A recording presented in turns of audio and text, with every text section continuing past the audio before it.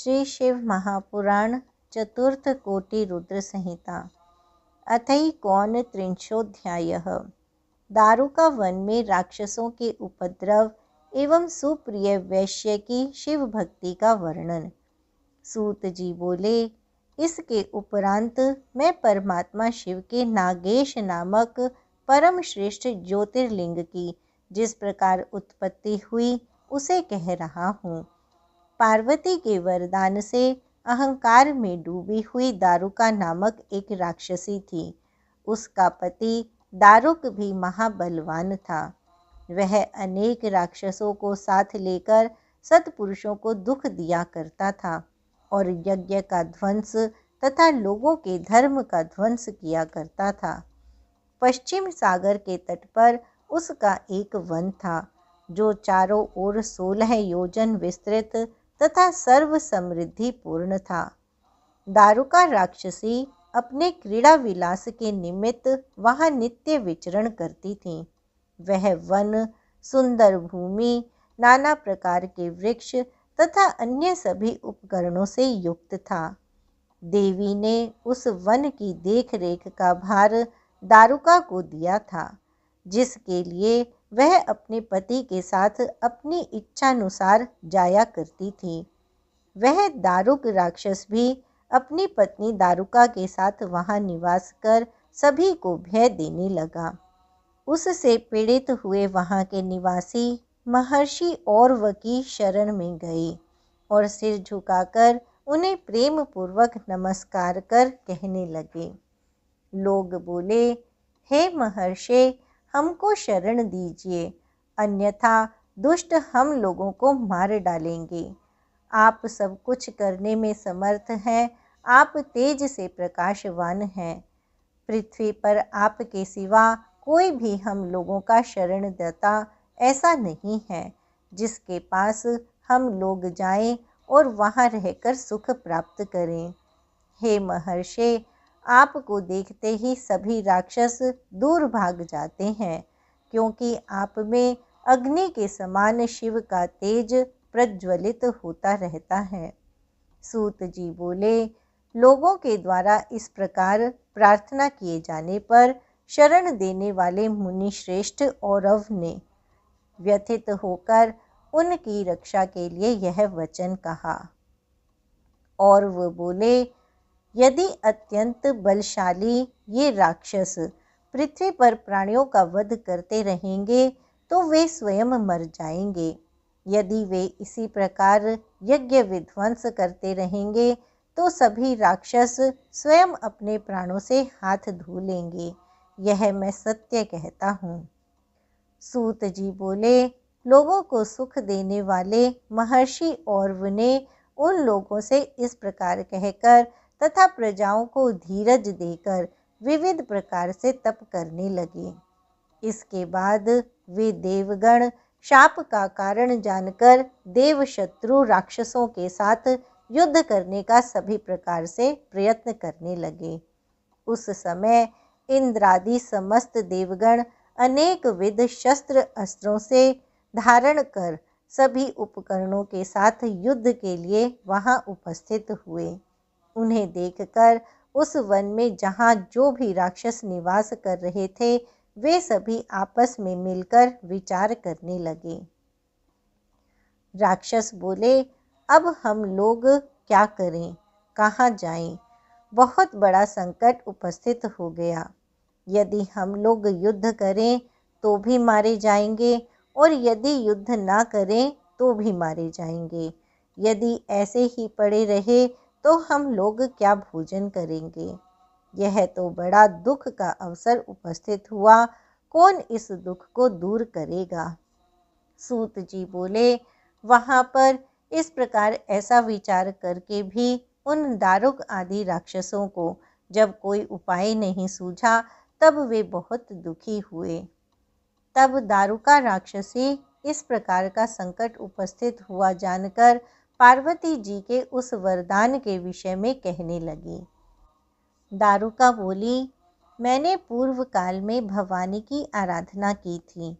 तब उन्होंने वरदान दिया था कि तुम जहाँ जाना चाहो वहाँ अपने स्वजनों को लेकर वन सहित जा सकती हूँ। जब मैंने वैसा वरदान प्राप्त किया है, तब तुम लोग दुख क्यों सह रहे हो? वन को जल के भीतर ले जाकर वहीं पर सभी राक्षस सुखपूर्वक रह सकते हैं। सूत जी बोले, तब उस राक्षसी का यह वचन सुनकर सभी राक्षस हर्षित हो उठे और निडर हो आपस में कहने लगे, यह धन्य है, कृतकृत्य है। इस राज्ञी ने हम लोगों को जीवन दान दिया है। तदुपरांत वे उस राक्षसी को प्रणाम कर आदर पूर्वक कहने लगे, हे देवी, यदि तुम में इस प्रकार जाने की शक्ति है तो यहाँ से शीघ्र चलो। अब क्या विचार करती हो? हम लोग जल में जाकर सुखपूर्वक निवास करेंगे। इसी बीच सभी लोग देवताओं को साथ लेकर उन राक्षसों से युद्ध करने के लिए आए, जिन्होंने उन्हें पहले बहुत दुख दिया था। देवगणों से पीड़ित उन राक्षसों के साथ पार्वती के बल का आश्रय लेकर तुम्हारी जय हो, तुम्हारी जय हो, इस प्रकार देवी की स्तुति कर जल स्थल से युक्त अपना सारा नगर उठाकर पंख युक्त हिमालय पर्वत के समान उड़ती हुई वह शिव भक्त राक्षसी समुद्र के मध्य में चली गई और अपने संपूर्ण परिवारों के साथ निर्भय हो प्रसन्नता के साथ वहां रहने लगी। इस प्रकार वे विलासी राक्षस समुद्र के मध्य में स्थित होकर सुखी हो गए और निर्भय होकर नगर में विहार करने लगे। और वह मुनि के शाप के भय से वे कभी पृथ्वी पर नहीं आते थे, अपितु जल में ही भ्रमण करते रहे। वे नावों पर बैठे मनुष्यों को नगर में लाकर उन्हें वहां कारागार में डाल देते थे और किसी किसी को मार भी डालते थे। वहां स्थित होकर भी वे राक्षस भवानी के वरदान से निर्भय होकर जैसे तैसे लोगों को पीड़ा देते ही रहते थे। हे मुनीश्वरों, जिस प्रकार उन राक्षसों का भय पूर्व में पृथ्वी लोक में स्थल पर नित्य प्रति बना रहता था, उसी प्रकार उनके जल में रहने पर भी निरंतर भय बना रहने लगा। किसी समय वह राक्षसी जल में स्थित अपने नगर से निकलकर लोगों को पीड़ा देने के लिए पृथ्वी पर जाने का मार्ग रोककर स्थित हो गई। इसी समय वहां चारों ओर से मनुष्य से भरी हुई बहुत सी सुंदर नावें आईं। मनुष्यों से भरी उन नावों को देखकर हर्ष से भरे हुए उन दुष्ट राक्षसों ने शीघ्रता से जाकर नाव पर स्थित लोगों को वेगपूर्वक पकड़ लिया। उन महाबली राक्षसों ने उन्हें अपने नगर में लाकर दृढ़ बेड़ियों से बांधकर कारागार में डाल दिया। श्रृंखलाओं से बंधे हुए तथा कारागार में पड़े हुए उन लोगों पर राक्षसों की बारंबार फटकार भी पड़ती थी, जिसके कारण वे अत्यधिक दुख पा रहे थे। उन सभी में उनका स्वामी, जो सुप्रिय नाम का वैश्य था, वह शिवजी का श्रेष्ठ भक्त, उत्तम आचरण वाला तथा शाश्वत शिव परायण था। वह बिना शिव पूजन किए कभी नहीं रहता था। वह सर्वथा शिव धर्म का पालन करने वाला और भस्म रुद्राक्ष धारण करने वाला था। यदि वह कभी पूजन नहीं कर पाता तो उस दिन भोजन भी नहीं करता था। अतः वहाँ भी वह वैश्य शिव पूजन किया करता था। हे श्रेष्ठ ऋषियों, उसने कारागार में रहते हुए भी बहुत से लोगों को शिव मंत्र और पार्थिव पूजन की विधि सिखा दी। तब कारागार में रहने वाले अन्य लोग भी अपनी कामना को पूर्ण करने वाली शिव की पूजा विधि पूर्वक करने लगे, जैसा कि उन लोगों ने देखा और सुना था। कुछ लोग उत्तम आसन लगाकर शिवजी का ध्यान करने लगे और कुछ लोग प्रसन्नता से शिव की मानसी पूजा में निरत हो गए। हे मुनीश्वरों, उस समय उनका स्वामी प्रत्यक्ष ही पार्थिव विधि से नित्य शिव पूजन किया करता था। जो अन्य लोग शिव पूजन का विधान तथा श्रेष्ठ स्मरण नहीं जानते थे, वे नमः शिवाय इस मंत्र से शिव का ध्यान करते हुए रहने लगे। सुप्रिय नामक जो शिव भक्त श्रेष्ठ वैश्य था, वह मन में शिवजी का ध्यान करता हुआ वहाँ शिव पूजा किया करता था। भगवान शिवजी भी शास्त्र वर्णित रूप धारण कर सभी सामग्री प्रत्यक्ष ग्रहण करते थे। वह वैश्य स्वयं भी इस बात को नहीं जानता था कि शिवजी उसे ग्रहण कर लेते हैं। हे मुनीश्वरों, इस प्रकार वैश्य को शिव पूजन करते हुए वहाँ निर्विघ्न रूप से 6 महीने बीत गए। हे मुनीश्वरों, इसके बाद शिवजी का जैसा चरित्र हुआ उसे आप लोग सावधान मन से सुनिए। इति श्री शिव महापुराणे चतुर्थयाम कोटि रुद्र संहितायां नागेश्वर ज्योतिर्लिंग महात्मये दारुका वन राक्षसोपद्रव वर्णनम नामैकोनत्रिंशोऽध्यायः। इस प्रकार श्री शिव महापुराण के अंतर्गत चतुर्थ कोटि रुद्र संहिता के नागेश्वर ज्योतिर्लिंग महात्म्य में दारुका वन में राक्षसोपद्रव वर्णन नामक 29वां अध्याय पूर्ण हुआ। अथ त्रिंशोऽध्यायः। नागेश्वर ज्योतिर्लिंग की उत्पत्ति एवं उसके महात्म्य का वर्णन। सूत जी बोले, हे मुनियों, किसी समय उस दुष्टात्मा राक्षस दारुक के एक सेवक ने वैश्य के समक्ष स्थित हुए शिवजी का सुंदर रूप देखा। उसने जाकर राक्षस राज के सामने कौतुक समन्वित उस अद्भुत चरित्र को यथार्थ रूप से निवेदन किया। तब उस बलवान राक्षस राज दारुक ने भी विह्वल होकर शीघ्र ही वहां आकर शिव के विषय में उससे पूछा। दारुक बोला, हे वैश्य, तुम किसका ध्यान कर रहे हो? मेरे सामने सत्य सत्य बताओ। ऐसा करने पर तुम्हें मृत्यु दंड नहीं प्राप्त होगा, अन्यथा तुम मारे जाओगे। मेरी बात कभी झूठी नहीं होती। सूत जी बोले, तब उसने कहा, मैं कुछ नहीं जानता। यह सुनकर उसने कुपित होकर राक्षसों से कहा, हे राक्षसों, इसे मार डालो। उसके ऐसा कहने पर तत्काल ही वे राक्षस शिव में तत्पर चित्त वाले उस श्रेष्ठ वैश्य को मारने के लिए अनेक विध शस्त्र धारण कर वेग से दौड़े। तब उन राक्षसों को आया हुआ देखकर वह वैश्य भय से अपने नेत्रों को बंद कर अत्यंत प्रेम पूर्वक शिव का स्मरण और बार बार उनके नाप का संकीर्तन करने लगा।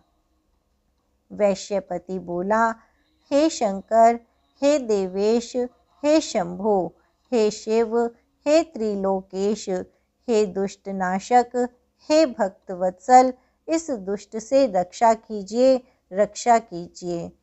हे देव, आप ही मेरे सर्वस्व हैं। हे प्रभु, इस समय मैं आपके अधीन हूँ, आपका ही हूँ और आप ही मेरे सर्वदा प्राण हैं। सूत जी बोले, हे महर्षियों, इस प्रकार प्रार्थना किए जाने पर चारों ओर दरवाजे वाले उत्तम मंदिर के सहित शिव जी उस विवर से प्रकट हुए। उस भवन के बीच में ज्योति स्वरूप परिवार सहित अद्भुत शिव का रूप देखकर उसने पूजन किया।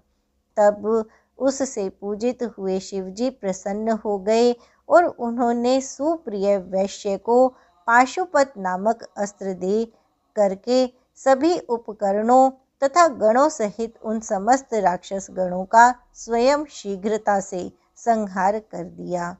इस प्रकार दुष्टों का वध करने वाले उन शिव ने अपने भक्त की रक्षा की। उस समय अपनी लीला से सुंदर शरीर धारण करने वाले तथा अति अद्भुत चरित्र करने वाले शिवजी ने उन सबको मारकर उस वन को वरदान दिया कि इस वन में ब्राह्मण, क्षत्रिय, वैश्य एवं शूद्र इन चारों वर्णों के धर्म नित्य स्थिर रहेंगे। यहाँ शिव धर्म प्रवर्तक तथा शिव धर्म वक्ता श्रेष्ठ मुनि ही होंगे, तमोगुणी लोग कभी नहीं होंगे। सूत जी बोले, इसी समय दुखित मन वाली उस दारुका नामक राक्षसी ने भगवती पार्वती की स्तुति की। तब पार्वती जी ने प्रसन्न होकर उससे कहा, मैं क्या करूं? तब उसने पुनः कहा, हे देवी, आप मेरे वंश की रक्षा करें। मैं तुम्हारे वंश की रक्षा अवश्य करूंगी, यह मैं सत्य कह रही हूँ। ऐसा कहकर उन्होंने शिव के साथ लीलापूर्वक कलह किया। उसके बाद वरदान के वशीभूत हुए शिव जी ने क्रुद्ध हुई पार्वती जी को देखकर प्रेम पूर्वक कहा, तुम जैसा चाहो वैसा करो। सूत जी बोले, अपने पति शिव जी का यह वचन सुनकर अत्यंत प्रसन्न हुई पार्वती जी ने हंस करके शीघ्रता से यह वचन कहा। पार्वती जी बोली, आपका वचन युग के अंत में सत्य होगा, तब तक तामसी सृष्टि ही बनी रहे, ऐसा मेरा विचार है, अन्यथा प्रलय हो जाएगा। हे शिव जी, यह मैं सत्य कहती हूँ। हे नाथ, मैं आपकी वल्लभा हूँ और आपकी आश्रिता हूँ, अतः मेरा वचन प्रमाणित कीजिए। यह राक्षसी देवी दारुका मेरी शक्ति है, सभी राक्षसियों में बलिष्ठ है। यह राक्षसों पर राज्य करे। ये राक्षसों की पत्नियां यहाँ पर अपने पुत्रों को उत्पन्न करेंगी। वे सब मिलकर इस वन में मेरी आज्ञा से निवास करेंगी।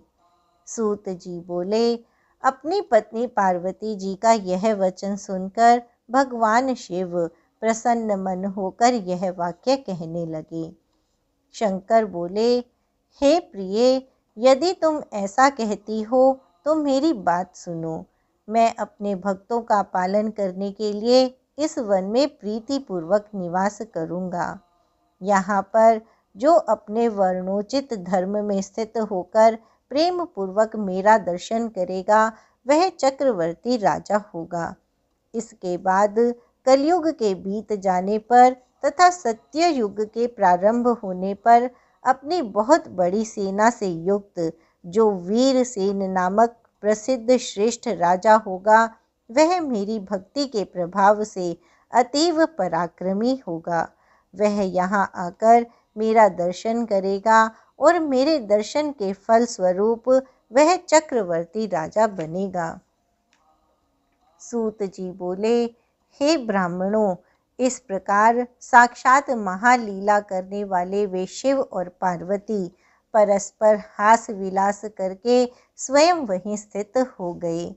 वहाँ ज्योतिर्लिंग रूप शिवजी नागेश्वर नाम से तथा देवी पार्वती नागेश्वरी नाम से प्रसिद्ध हुई। वे दोनों सज्जनों को अत्यंत प्रिय हैं। ऋषिगण बोले, हे महामते, वीरसेन उस दारुका वन में किस प्रकार जाएंगे और किस प्रकार शिवजी की पूजा करेंगे, आप इसका वर्णन कीजिए। सूत जी बोले, निषद नामक सुंदर देश में क्षत्रियों के कुल में महासेन के वीरसेन नामक पुत्र उत्पन्न हुआ, जो शिव का अत्यंत प्रिय था।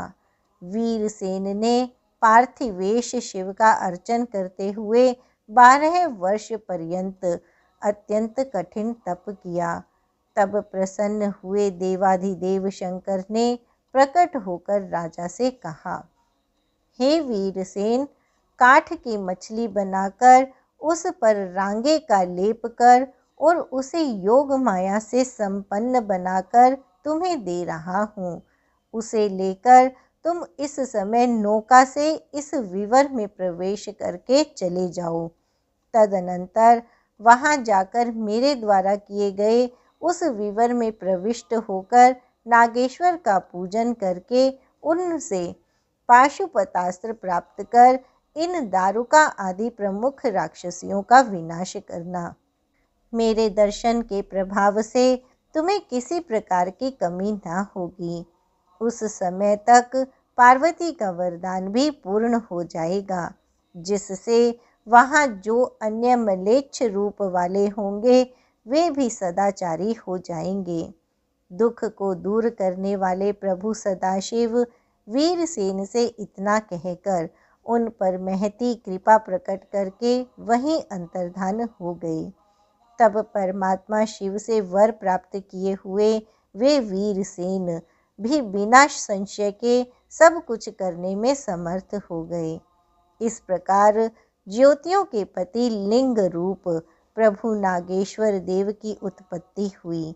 वे तीनों लोकों की संपूर्ण कामना को सदा पूर्ण करने वाले हैं। जो प्रतिदिन नागेश्वर की इस उत्पत्ति का वृतांत श्रद्धा पूर्वक सुनता है, वह बुद्धिमान महापातकों का नाश करने वाले संपूर्ण अभीष्टों को प्राप्त कर लेता है।